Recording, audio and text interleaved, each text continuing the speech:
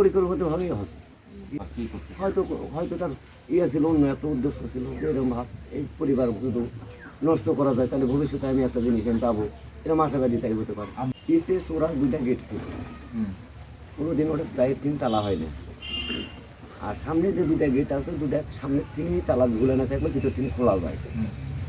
আর সাওয়ালটা যে রুম ছিল, রুমের সামনেই আগুন লাগিয়েছে, যেটা মেন গেট, গেটের সামনেই আগুন লাগিয়েছে। লাগার পরে ওই সামনের দিকে যখন এরা কেউ যারা চেতন ছিল, যারা ঘুমাইছিল তারা ঘুমাই আছে, আর যারা চেতন ছিল তার সামনের দিকে আগুন দেখে সামনের দিকে যেতে পারেনি। পিছিয়ে গেট খুলে লক খুলে বাড়ানোর চেষ্টা করেছে, বাড়াতেও পারেনি। মানুষ এমন কোনো মানুষ নেই বেশি মানুষ চোখের পানি ফেলায়, সে মানুষ নেই, সবাই চোখের পানি ফেলে কান্দিতে। আর কত মানুষ আসছে এটা ভাবা যাবে না, ভাবার মতো ভাষা লয়। মনে হয় হাজার হাজার লাখ লাখ 1 লাখ মানুষ মনে দেখা হয়ে গেছে 3 দিনে। ভাইরে ভাই কেন ওই বেটারা যে ঘর দেখতো, ঘর কেনা আগুন লেগেছে। তখন তো আমার মাথা খারাপ, আমি কি করবো আর কি করবো, আমি নিজেও আর ভালো দেখছি। বাবা না ফোন দেখছি, বাবার কাছে দেখছি, আর বাবা ভালো আছে না। এইভাবে ঘটনা ফোন যায় না, ফোন পরে ফোন দিই, ফোন ঢুকে কিন্তু রিসিভ কি করে আসলো, হয়তো মরণে তার দেখেছে। মানুষ মুখে শোনা, মানুষের মুখে শোনা। সরকারের কাছে চাইছি, কালকে দেখেছিল টিউন অফিস, সেখান থেকে 20,000 টাকা করে 20,000 টাকা করে দিচ্ছে।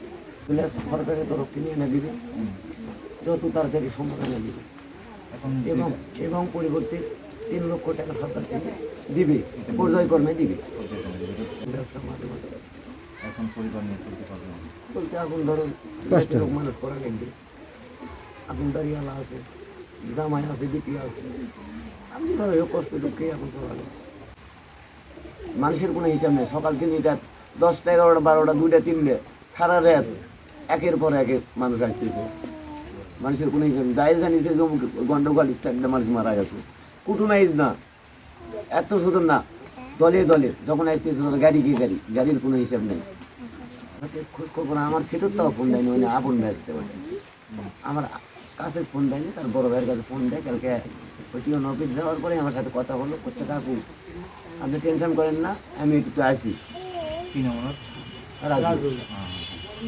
রাজু আমার সওয়াল তো আমার সোনার জিনিস, সেটাই তো মারা গেছে। সরকারের কাছে আমার করজনের অনুরোধ, আমার একটা বাচ্চা আছে 14 দিন বয়স, দয়া করে সরকারের কাছে আমার অনুরোধ, আমার এই ছাওয়ালটার দাম কোনো ব্যবস্থা করে। সরকারের কাছে আমার দাবি, সওয়াল যত তাড়াতাড়ি সম্ভব দেশে জানা আসে, আমি রাস্তা দেখতে আসতাম। কিছু পুরো হয়নি, এখন আমি অনেক টাকা দানা দিতে পেরেছি, অনেক টাকা আমাকে কিনতে দিতে হবে, কষ্ট বিষ্ট করে খেতে করে দেওয়া লাগবে। জমি আছে, জমি কষ্ট আছে, সেটা কিনতে পারিনি। এবারটা যে 8 বছর হচ্ছে না, 9 বছর করি দিতে পারেন। এর মধ্যে কি একবার আসছে? 2বার, একবার 6 বছর পরে আসছে, আবার 2 বছর পরে আবার একটা ছুটি কাটাচ্ছি।